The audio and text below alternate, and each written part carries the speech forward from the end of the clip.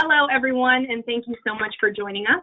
It looks like we're ready to get started. Welcome to today's discussion, View from the Top, How to Climb the Ladder and Build a Killer Career in CS.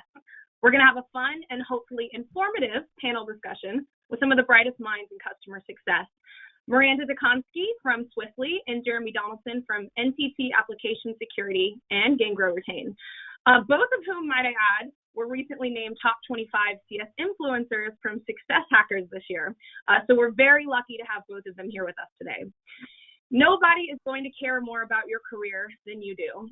So our hope today is to give you some guidance from the best in the business, CS professionals who have been there and can share their experiences. Some of the things we're going to cover today include transferable skills for those hoping to break into customer success and the traits that make a great CSM, training and certifications that can help you progress along your career path, moving into leadership roles, and finally, our guest predictions for the future of the industry. But before we get started, we just have to take care of a few housekeeping items. First of all, this discussion is being recorded, and we're going to send out that recording via email tomorrow. It's also going to be available on our YouTube channel and on our website. And lastly, if you have a question for our panelists at any time throughout the presentation, please type it into the question box. I'm going to be monitoring these, and I'll try to include them along the way. But we do have time set aside at the end for Q&A. So I would love to get everyone's participation today. Please don't be shy. Let's get into some introductions, shall we? I will begin with myself. My name is Maria Gay. I am the digital marketing specialist at UserIQ. And here at UserIQ, our mission is to give customer success teams the power to predict outcomes and impact company growth with the most intuitive, action-oriented platform on the market. And I'm going to be facilitating the discussion today. Next up, we have Jeremy Donaldson. Jeremy is a CS team lead at NTT Application Security. He's also a board member of Gain Grow Retain. So Jeremy, can you tell us a little bit about yourself, your role, and maybe for those who aren't familiar, Gain Grow Retain? Yeah, well, hey, thanks for having me, Maria. I'm super excited. Probably more to learn from Miranda than even participating. But yeah, glad to be here. So yeah, I kind of serve a hybrid function today at NTT in that I am a direct CSM for our major account segment. So working with some of our biggest, most complex customers and helping them, find solutions that are going to help them digitally secure their customer base. And then I also have the pleasure to being the team lead for our SMB segment. So kind of trying to shape the future of kind of that digital customer engagement for those who, as it seems to be a hot topic in the market today. And then I actually serve on the board of GGR. I've been helping with their events function over there. So Gain Grow Retain, we are a customer success community focused on advancing, this community of CS forward to the next level. So, if you don't know Jay and Jeff, you should certainly make it a point to get to know them. But I get the pleasure to recruit and host office hours weekly and serve a part of an awesome team of driving CS to the next level. And I'm really excited for some of the things that are going to be coming next year around that. And then me personally, I don't have a picture up here in front of me, but maybe towards a later call. I'm a dad of 3 kids, so it's a little crazy. I've got some cats, nothing unusual in that regard. But yeah, again, thanks for having me, Maria. Awesome. Well, we're very lucky to have your point of view here today, Jeremy. Thank you for joining us. Finally, we have Maranda Miranda is the Chief Customer Officer at Swiftly. Miranda, can you tell us a little bit about your background and your role at Swiftly, maybe? Yeah, hi everyone. Thank you so much for joining today. I really appreciate everyone taking the time out of their busy world to come see Jeremy and I talk about this topic that's very near and dear to my heart. So yeah, I'm the Chief Customer Officer at Swiftly. I've been there about 3 years. Under my department, I have your customer success management, renewals, onboarding and implementation. And of course, tech support falls up under there as well. And prior to a couple of weeks ago, I also ran people ops. So I had the human resource department as well. I've been doing this type of work now for over 20 years. On top of my day-to-day, I sit on numerous boards and advisory boards. So I'm on the advisory board for the Customer Success Leadership Network, and I run the Slack group. I'm also an early advisory board member for Catalyst. I am on the advisory board for University of San Francisco's Customer Success MBA program. Also work with Irit on her advisory board for CSM practice and also practical CSM. So there are a few names there that everybody probably recognizes. If not, you should definitely check them out. There's some great resources. About me personally, I'm an open book, so I share a lot about myself, but I am a mom of, oh, I'm breaking into CS. Apologies. That's okay. I am a mom. My son is going to be 21 years old in March. So I've also shared a lot about my personal journey. I was a very young single mom who worked full time, put myself through college. So that's definitely part of my story. But I'm also in the same regard as Jeremy, I'm a fur mom. I have two little adorable Shih Tzus who are being really well behaved over here in the corner. Knock on this wooden desk that stays like that. But yeah, thank you so much for having me today. Well, we're very big fans of you here at UserIQ, Miranda. So we're very thankful that you were here to join us. Before we get in really quickly, I just want to tell everybody, please don't forget, as we get into the discussion, as things pop into your head, please submit any questions you have for our panelists by entering them into a box labeled "Enter a question for staff" and then clicking send. If I'm able to get them in as we go, I will, but we will answer all your questions at the end. But let's get started. Topic number one, breaking into CS. I was at a CS networking event last week, and someone was there who was looking to make a career change into customer success. Her question to everyone, where do I begin? I know that's a big one, but I would like to know how the two of you would have answered her had you been there. Miranda, we're going to start with you. Okay, yeah. So first and foremost, I want to tell folks that it is incredibly competitive right now, but it is not impossible to break into customer success if you have no customer success experience. A few things I would have said to her is definitely leverage your domain expertise. So domain in two regards, either an industry or your career background. So if you've been in sales, you can maybe try to get into CS at a company that creates tools or technology that support sales reps. Or in my case, I'm in public transit. So we're a data platform that serves public transit. I love to have and hire folks that come from the public transit sector because they can speak the language I need them to my customers. Also another domain, I've seen folks who worked in healthcare and have made that shift now to healthcare tech. I've actually interviewed folks that are a couple former lawyers that want to move into a different direction and come over to the customer success side. So really leverage your domain. The second thing I would say is network. You should be building out a network before you need a network. I think the biggest mistake folks make, and I've said this before on other webinars and other podcasts, is they only build the network when they need it. And that's a huge mistake. So get out there, interact with folks on LinkedIn, attend networking events like you did, Maria. Get to know folks. I know it's harder during COVID because a lot of things are online, but it is not impossible. And make sure that you give and take, right? Networking isn't just about the taking, it's about giving and taking. So make sure that you're doing that. And then the last thing I will mention is be open to starting somewhere else in the organization with the end goal of customer success. I'll give you an example of that. Be open to starting in customer support. Usually the barrier to entry is a little bit lower in customer support, so it's easier to get in and then work your way up.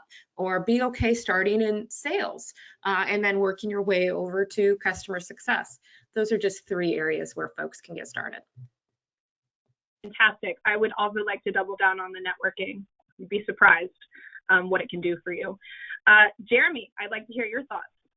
Yeah, so I'm gonna dovetail off of networking and then maybe share a little bit about my personal story and how I got into customer success as well. But the networking piece, I think the CS community in general is probably one of the most generous communities I've ever been able to partake in, right? I have an HR, actually worked in HR and then worked for an HR tech company.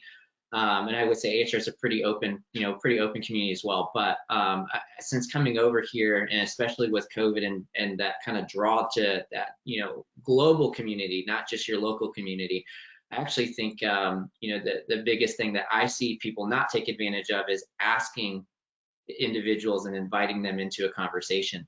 There's so many different, I serve with Gain, Grow, Retain, but as Miranda said, there's so many different communities, networks out there for all levels, for leaders, for new CSMs, people trying to break into CS, that there's so many opportunities that, an excuse to not find something shouldn't really be there. I know that's kind of harsh to say that, but, there's so many opportunities that didn't exist, right, when I kind of jumped into CS, right? It's kind of make it or break it. But for me, I would encourage anybody that's listening to this to just take a shot. I think that if somebody shoots you down, it's the wrong person for you to be talking to anyway.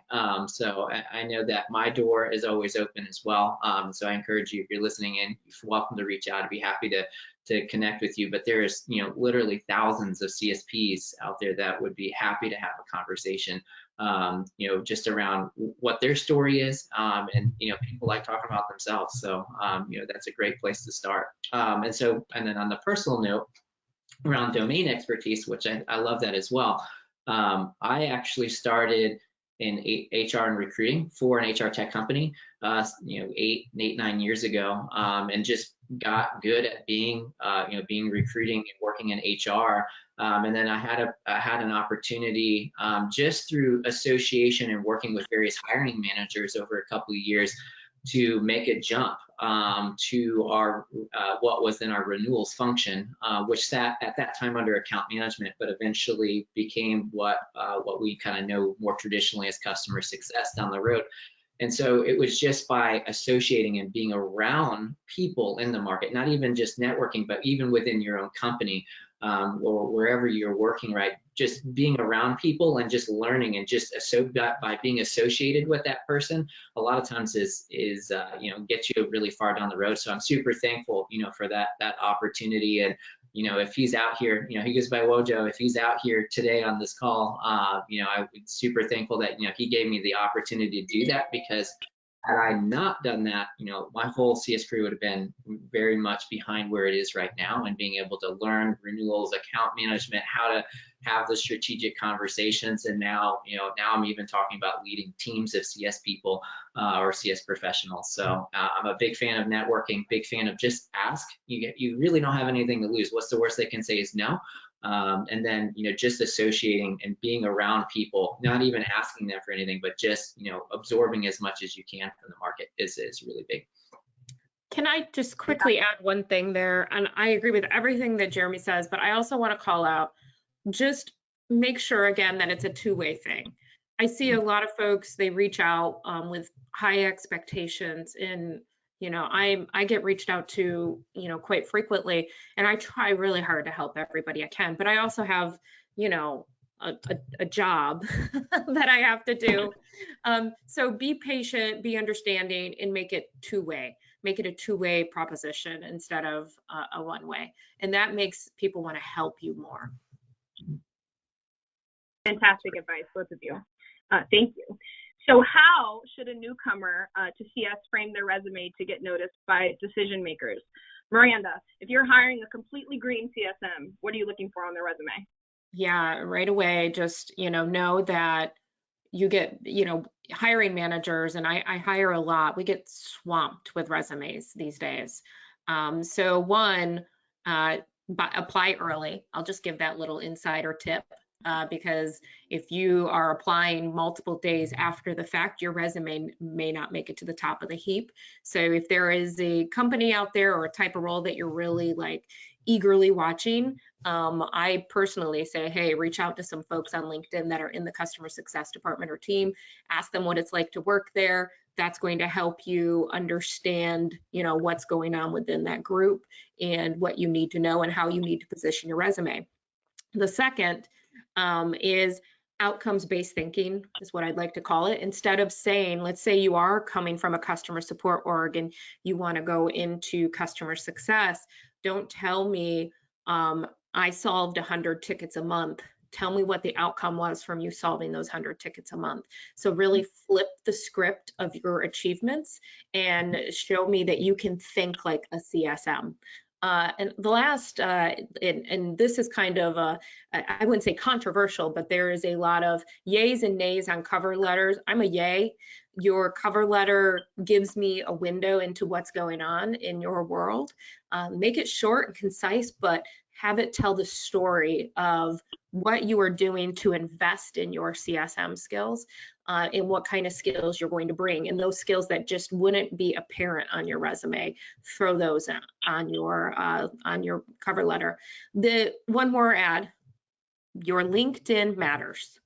I am, I look at the resume and then I immediately go and I look at the candidate's LinkedIn. I want to see, what they're interacting with. Are they sharing any posts? Are they writing any articles? Are they, what are they doing in customer success? How are they approaching things? How are they building rapport with people? All of these things, they all matter. Awesome. I like that. Your LinkedIn does matter. And cover letters do seem to be fairly divisive from what I have seen on LinkedIn. There seems to be two very different schools of thought on that. But Jeremy, do you agree, disagree with anything Miranda said? So I'm in camp not cover letter, but here I will defend Miranda in this regard, because I do see where cover letters can be valuable, but would say that if you're looking to break into CS, right, going back to what we talked about earlier on domain expertise, what have you been investing in and how can you leverage that through where you're trying to go? I would say that getting really targeted, I know it can be hard to think through that, but getting really targeted at the companies that you want to apply to. I'm very anti-spray and pray. I know that there's always a season, right? If you're not employed or things are going on, and you just need to get as many applications out there as possible. But if you're really passionate about something, or your background or your skill really speaks well to certain organizations where you'd be really an immense value add. Like I think about teachers constantly. We need more former teachers in, ed tech places, and using that background and getting really hyper specific in where you're wanting to go. So using your LinkedIn to network, getting your resume built hyper specific for those organizations, and going after a handful of companies as opposed to 100 companies, and really going deeper rather than wider.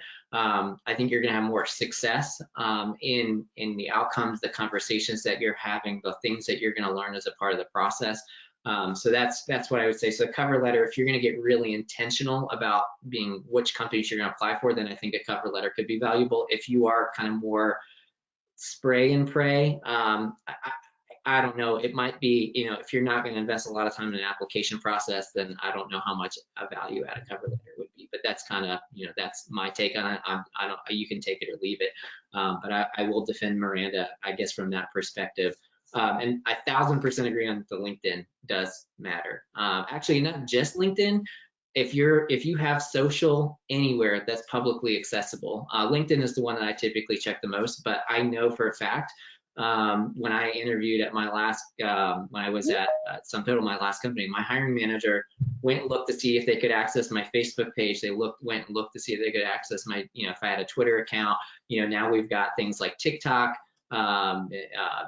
WhatsApp, other places that, information to be found. So, LinkedIn, I would say from a professional brand perspective, is at the top of the list, but there are other platforms you should be mindful of that they may check. I'm not saying that everybody will, but your social, your digital presence does matter, because I've heard horror stories of people getting all the way to the final interview. So they got their, the hiring manager found something from 10 years ago, and then they lost the job because they weren't, digitally conscientious of what they were putting out there. So yeah, I would agree.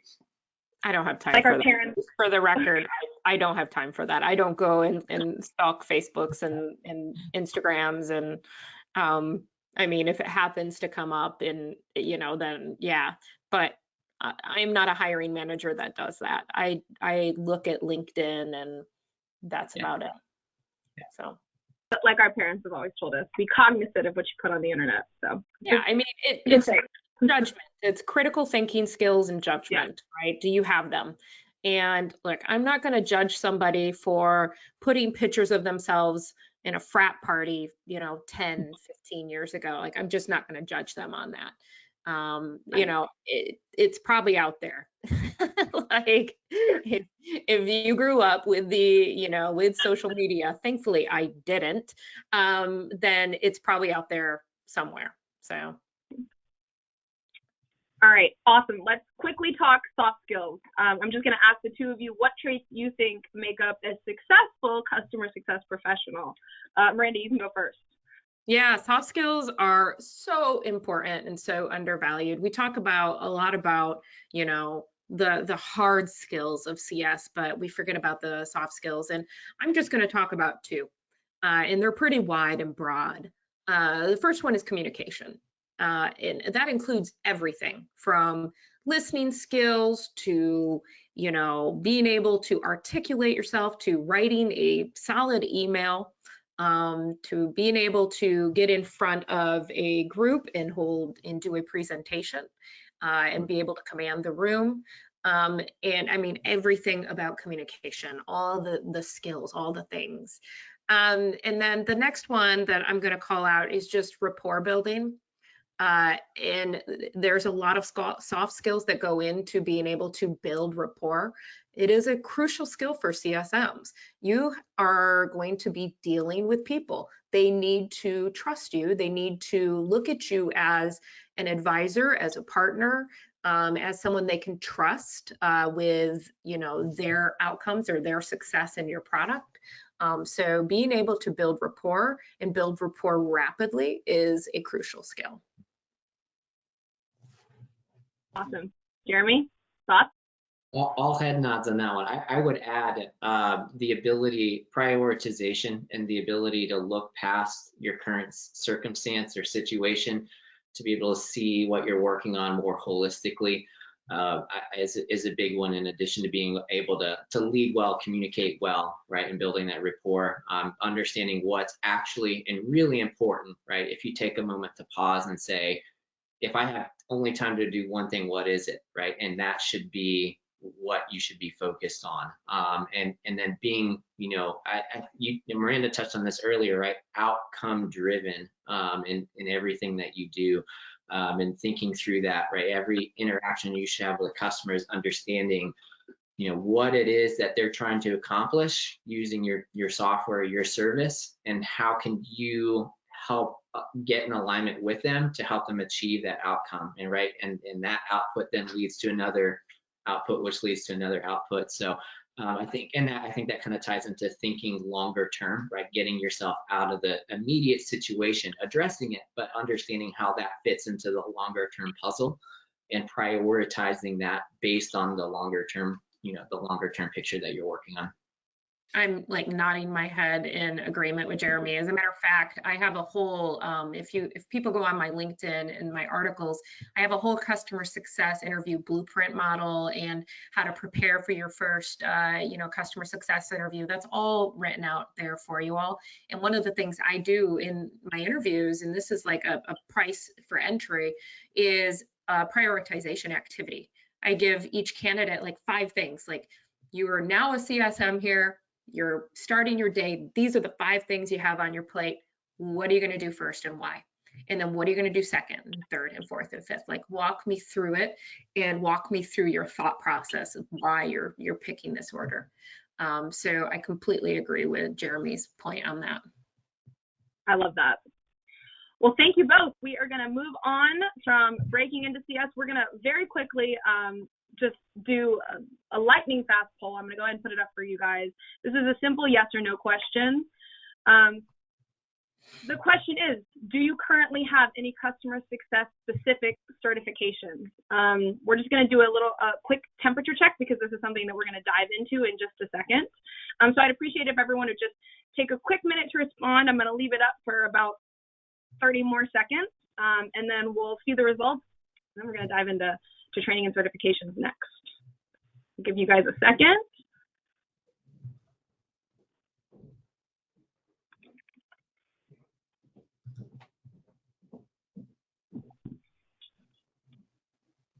Okay, about 5 more seconds and we'll close the poll.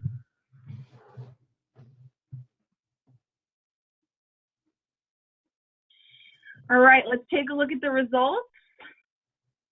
We have 72% say no and 28% say yes. Miranda, Jeremy, I'm curious to know, did these results surprise you at all, Miranda? No, I don't think they have. They don't surprise me. Quite frankly, I think training and certifications are very nice to have and can, anytime you can, strengthen your overall knowledge and skills, I think that's great. But I also think that a lot of companies have problems getting budget to pay for these things. So I would probably guess that a lot of the folks that have it did it on their own, or they're part of maybe a larger organization who has great budget. That would be just a guess. Jeremy, what about you? What do you think?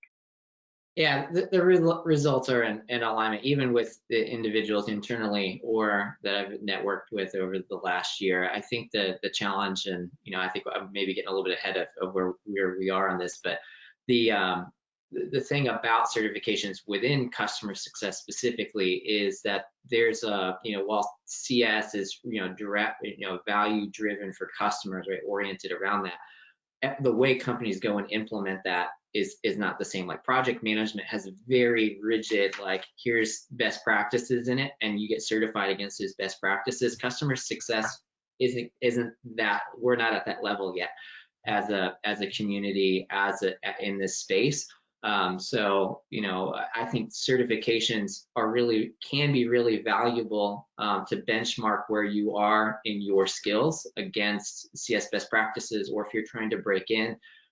I think they're also really good to get foundational knowledge, but until we're at a point in the CS space to where we all 100% agree on the best way to execute CS, universally, certifications and training are not not going to be of the top highest importance. The practical experience, in my opinion, or having the right skills is going to be more important.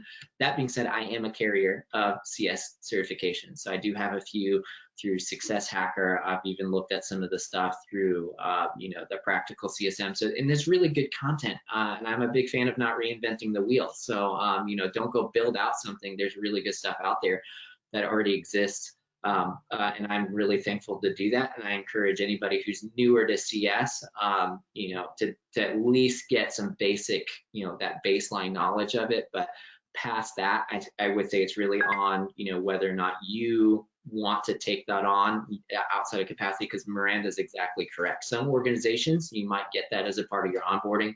Others, you may not. You have to go out of pocket, and you kind of have to justify whether it makes sense to go through there. Not for me, it was worth it, but it may not be, depending on your role and your scope and what you're trying to do in your career.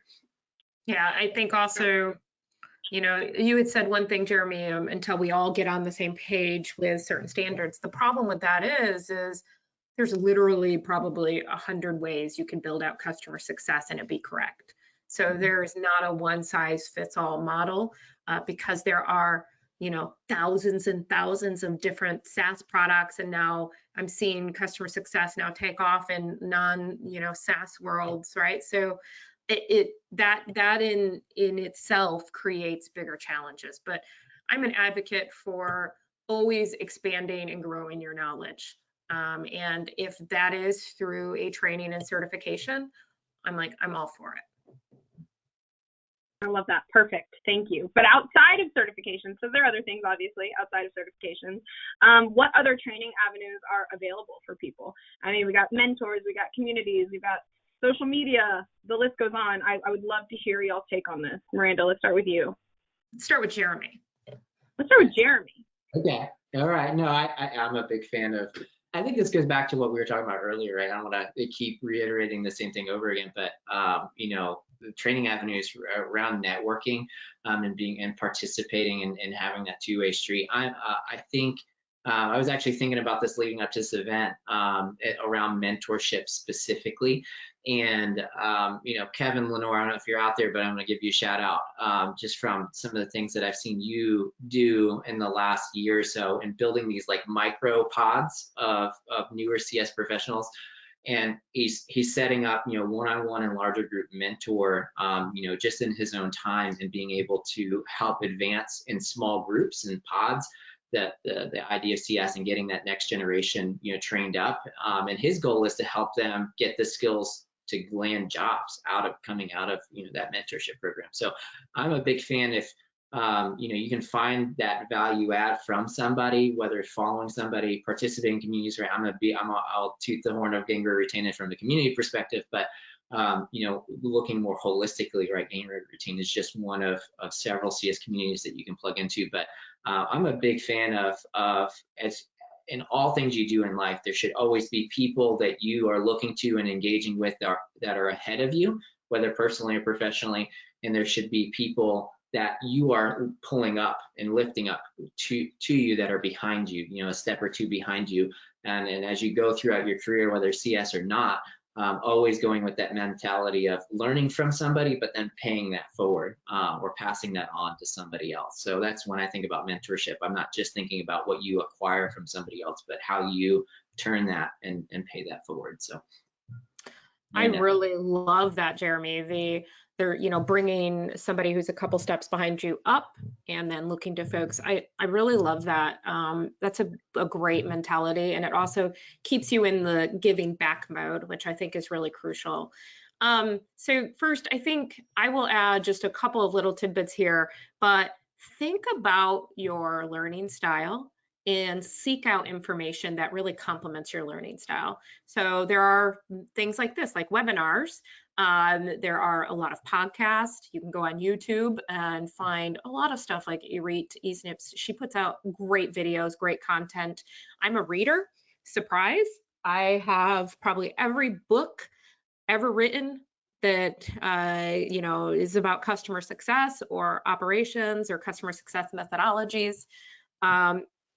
Leadership. I love reading about those subjects. So there are a ton of great books out there. But if you are trying to do this on a budget, LinkedIn is the best place to go. You can come up with a list of leaders that are maybe in an industry that you like or that are where you want to be. Follow them, read their content, understand how they think. And that alone is a learning opportunity. So there's just so much out there. I wish there was this much out there 5-10 years ago. There wasn't. Now it's just like this wealth of knowledge. I will call out one little warning to folks that as you're going down this journey, make sure that one, you realize again that it's not a one-size-fits-all model. So not everything out there on LinkedIn is gospel. Like you're not going to be able to take that to the bank every time. So make sure that you're understanding the nuances of everything that you're learning. And also make sure you're following people who maybe have a little bit of experience and have been there, done that. And they are sending out information or content into the world that is tried and true. I find that to be very helpful. I love that. That's something that I have learned over the past few years, how much you can get from your LinkedIn network as far as learning goes. I mean, it's been incredible. So I would love to know who are some of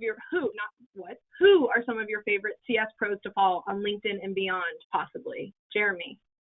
I mean, the list is way too long. So I'm going to make a plug here that there are more people than just the CS top 25. Like Miranda and I are super honored to be recognized in that capacity, but there were literally, I forget the number of nominations there were, but there were hundreds of people that got nominated to be a part of this. So just to speak to like who influences me, I follow everybody in the top 25 from my perspective, but I also, if you want a starting place, that Success Hacker list, both of the top 100, but also the watch list, that's a great place. If you have nowhere else to start, I would go there. A few of my favorites that I have, right? I love what Jay Nathan puts out there from a content perspective.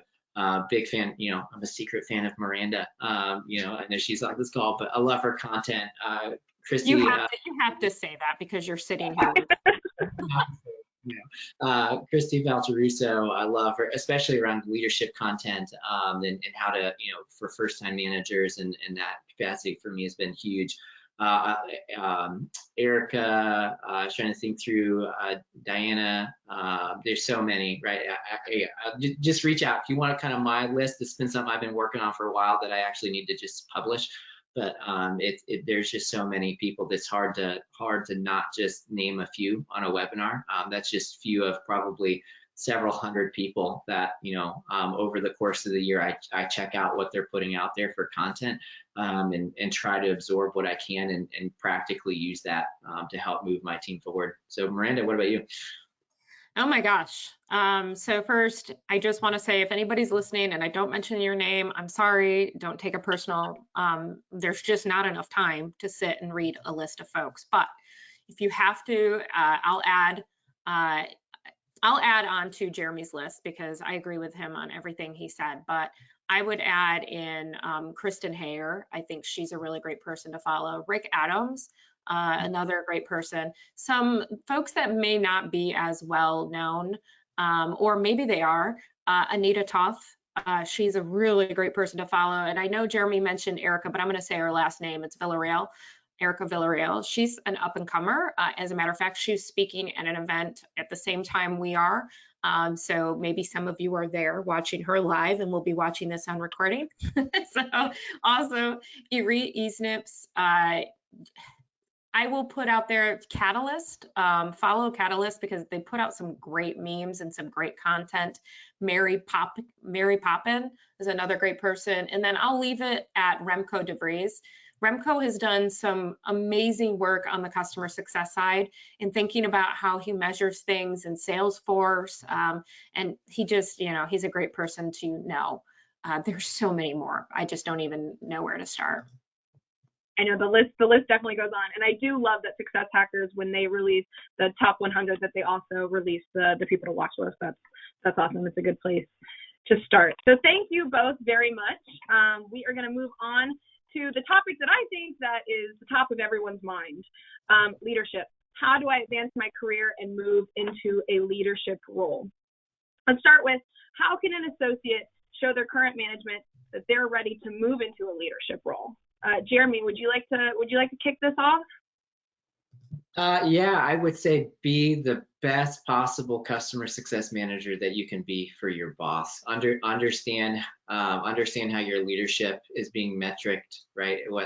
Understanding what's most important to them, and then carrying that through by executing in your job as a CSM in the best possible way. That doesn't mean that you have to be the top CSM in your company to move into a leadership role, but I'm a big fan of, if you're faithful with a little, I can trust you with a lot. And that's, my perspective is I look for people who I don't have to necessarily poke and prod to get stuff done, right? I can, give them kind of a framework, put guardrails up for them to be successful, to operate successfully, but how they actually go out and do that is how they do. So there's actually, I wasn't planning on doing this, but there's actually an individual on my team that just, she embodies, that level of trust within her team and building that rapport, as Miranda talked about, and just executes well in what she does. So I don't know that she's on here, but Maggie Bailey, who's on my team,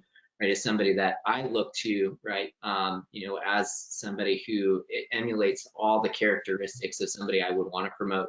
Understanding, is empathetic, understands what's most important and what's going to drive us forward to being successful, and then just gets her customers, right?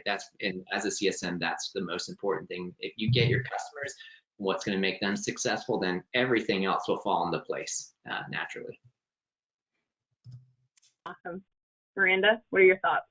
Yeah, so I'm going to disagree a little bit with Jeremy. Not that I don't agree with, I want somebody who is really good at what they're doing. However, I see again and again and again organizations take the person that's doing the best in their role and then promote them to lead a team because they're good at what they do in that role. And then they're not good at leading people because it's a very different role. So first thing first is, if you are thinking about getting into a leadership or management role within your organization, really dig in on your why. Understand what motivates you. Why do you want to be a people manager? And so on. And sometimes the folks, you know, when I ask them that question, they say to me, it's because it's the next step in my career. And we have failed them as leaders of not showing them that there are multiple career paths that don't all lead to people management. Okay, so that's first. Then next, you know, after you've had that conversation, and if the individual has determined that people management is the path, then work with them and help create a path to get them into people management. What can you do though as a CSM in the meantime? Show your managers that you can lead and be a leader without being a people manager.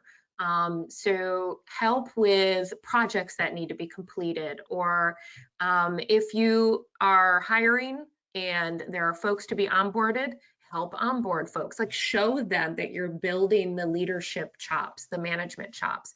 I'm using the words leadership and management interchangeably here, and I shouldn't, because they're two different things. You can be a leader without being a manager. I'm assuming we're talking here about moving into management because we're talking about career paths, but I just want to call that out. You do not need to be a people manager in order to be a leader within your organization. And I see also folks that do take the path and become leaders within their department without being people managers are often the folks that are tapped to be a people manager because they've shown the leadership skills. That's a good distinction, Miranda. Thank you, between leadership and management, like that. What are some qualities that make the most successful, let's say, leaders? Not necessarily people managers, but leaders. Jeremy, we'll start with you.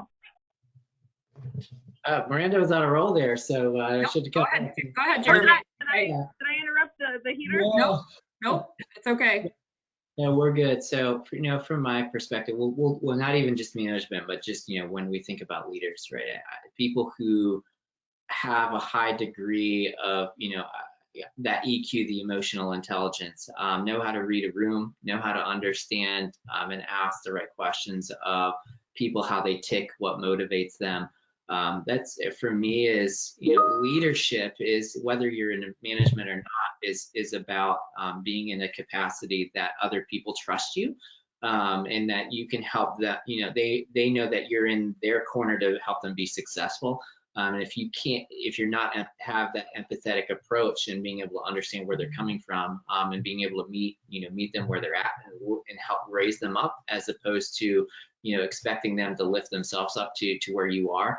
I think that's probably, in my opinion, you know, that's probably what I look for the most. I know this one is, you know, the whole controversial of, you know, technical skills versus not. I think, in my opinion, the more product specific type stuff, that stuff you can learn, right? Just being on the job and doing that. But, you know, working with people and having that insight into that is something that, you know, I can't easily teach you how to do that. You kind of have it or you don't. I can help hone it. I can refine it and make it more professional. But if you don't have that baseline already to start with, or you haven't practiced it, it's going to be really hard for you to build trust with your peers and for them to respect you when the opportunity presents itself for you to step out of being a peer leader and being in a management leader. Yeah, I agree with that, Jeremy. And then I will just add, for me, the best thing that someone can do to, you know, show their leadership skills or the skills they should build is, you know, how they build folks around them up. You know, to me, somebody who is a leader within their organization or their team and not necessarily a people manager is always looking around at their team and thinking, okay, how do I help us get to the next level? Or where are the gaps within our org and how do I help us fill that? It's a skill set that's hard to build because you have to have that desire to want to link arms with others and all like level up together. So it's less about me and it's more about us. So to me, those are the folks that really are, you know, moving in that direction of natural leaders. And what are some mistakes that you see new people managers make? Yeah. Making the distinction. Yep. I can definitely speak to this. Sorry for adding that layer of complexity. I just thought I'd call out, you know, where there are two things like people management and leadership. Big mistakes. No, I love this. Yeah, big mistakes I see people management make is they're micromanaging. Junior managers I see do this a lot, you know, when they're new to management and there's so much going on and they're like, oh my gosh, how do I keep tabs on every single little thing that's going on? And then they micromanage. And I'm early on in my management career where I had my hands in everything and it really turned my team off. So it's, you know, it's a big mistake that newer managers made. Also, I've seen folks not level their team members up. So if you want to continue your career growth and your career path, you have to pave the way for folks to become the next you. So don't be a guardian of everything you're doing, because if you're guarding everything you're doing, it's not going to open up the world for you to own more or, you know, own different things. So make sure you're continuously leveling up your team members, working yourself out of a role, right?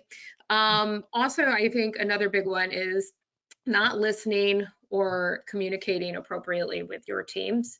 A lot of us, and I'm guilty of this at times too, like we want to guard our teams from maybe chaos or things that is happening within the organization. And by doing that, sometimes, of course, I'm not saying you just like, you know, like fire hydrant on them, but you do need to figure out how to communicate well what's going on in the org to bring folks along with you, because that's a huge issue I see newer managers make where they don't, and then everybody feels like they're in the dark. My last little call out is always remember, folks want to feel like they're part of the change and that change isn't happening to them.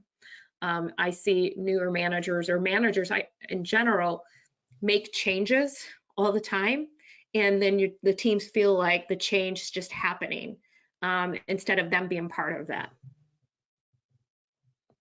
Anything you'd like to add, Jeremy? Well, I'm living some of my mistakes right now, so yeah, I feel like everything Miranda just said. I'm like, yep. So I'll maybe simplify this a little bit. Delegation and an ability to delegate things is definitely one. You know, I noticed kind of my first few weeks of trying to just learn the role, learn my team that I was working with, is also understanding like, hey, if I don't help them do this, it's all gonna fall apart. And it's such a wrong mindset to have. So, you know, I lived through that. I love what Miranda said around, you know, leveling up your team and being a part of that. I really, you know, I'm gonna give them a second shout out here, but when I joined my renewals team, you know, seems like ages ago, I remember the first conversation I had on that. He's like, I want you to work me out of a job. That was my director was like, I want you to work me out of a job. I want you all to be so you know, autonomous in what you're doing and so successful in that me, whether it's me, somebody else, or no one at all, that you have that capacity to do that.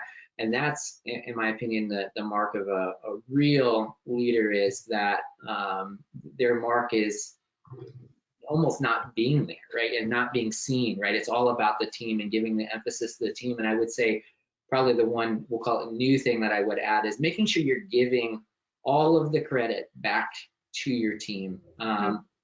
If in a moment of success, celebrating them in every corner that you can be in, whether it's with, you know, in my case, like with my director and my VP, and any leadership opportunity I have to highlight the success of my team, that's what I should be doing. And then through celebrating their success, highlight, hey, here's some of the blockers that are going to keep us from continuing to have this conversation of success, and using that in that capacity. So, you know, being grateful for your team and sharing that with your leadership as a people manager, but then also daily, I would say daily, but if not daily, weekly, making sure that your team knows how much you appreciate them.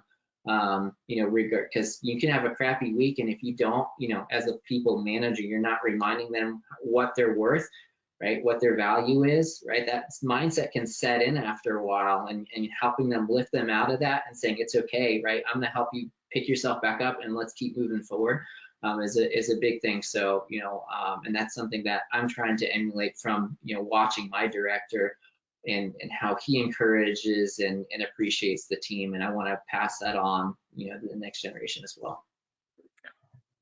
And I don't have anything to add for that, but I just want to let everybody in the Bay Area know we just had a 4.0 earthquake. So right now. Wow. Just a few minutes ago, right here. So, and those that are afraid of earthquakes, you can see I'm totally fine. So. Wow. Hope everyone's okay. Yeah. Okay, awesome, guys. So we've had such wonderful discussions during this webinar that we are running up against time. So we were going to talk about predictions for the industry, but this is what I'm going to do. I'm going to get Maranda and Jeremy's predictions for the industry, and we're going to send them to you guys in a follow-up email, just so we ensure we have time for some Q&A. Just one final reminder, if you guys have any questions that come to mind, you can type them in to the chat box, and we'll get to them if we have time. We do have some questions that we need to get to now. If we don't get to them, I promise we will follow up with you guys. But let's start with, we have a question from David. He says, given the variances regarding geographic location, what would be the average, and I know it can vary, but what would be the average base salary that a CSM with a few years experience could expect for a senior or a lead role? Do you guys have any thoughts on that? Miranda, I'll start with you with this one. I am like literally a walking statistic. I love it. Of salaries. Look, it really depends on the geographic range or where you are, quite frankly. However, I will say because of COVID, a lot of those barriers are being broken down, and I'm seeing a lot of San Francisco-based companies going out and paying San Francisco wages. So I know you said mid-level, but for entry level, I'm seeing anywhere starting 75 to 100.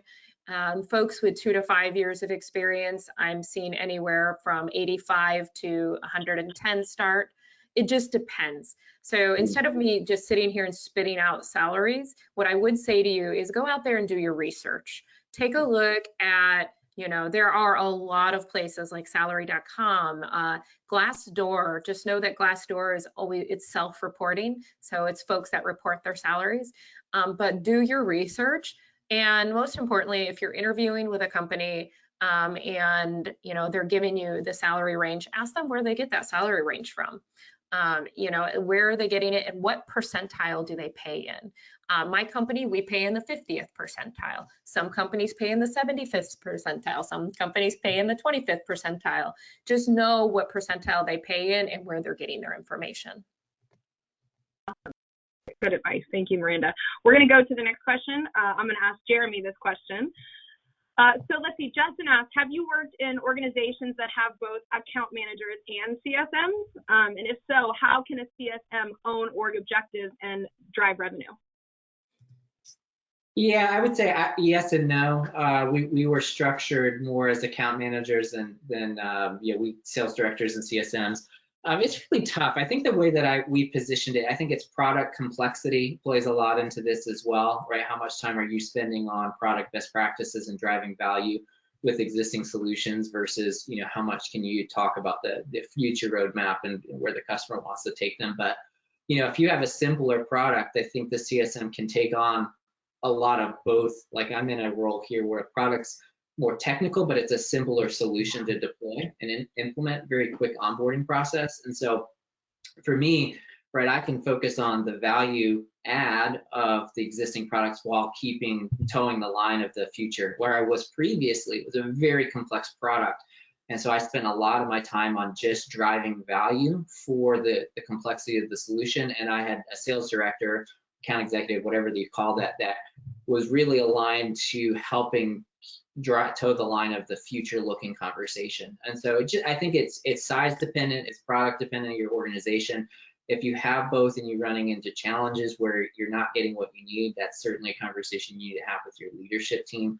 around that. But you know, I tend to naturally gravitate to wanting to absorb it because I love that strategic conversation. So as a CSM, right, thinking strategically is a really powerful skill set. So if you have an opportunity to absorb some of that, what you're doing, I would encourage it all day long. Very good. Thank you, Jeremy. We'll go to the next question. I'll pose this one for Miranda. So we have somebody, when we were talking about breaking into CS, Jenna said, this is exactly my position. I'm looking to make a pivot. I've been in ed tech for a year. Before that, social services. So I have no real experience with customer success, having a hard time breaking in. She said, what is the best thing I can say to give myself a shot at a second or third round interview? So you've broken in, you got that first round in. What is something that can set her apart?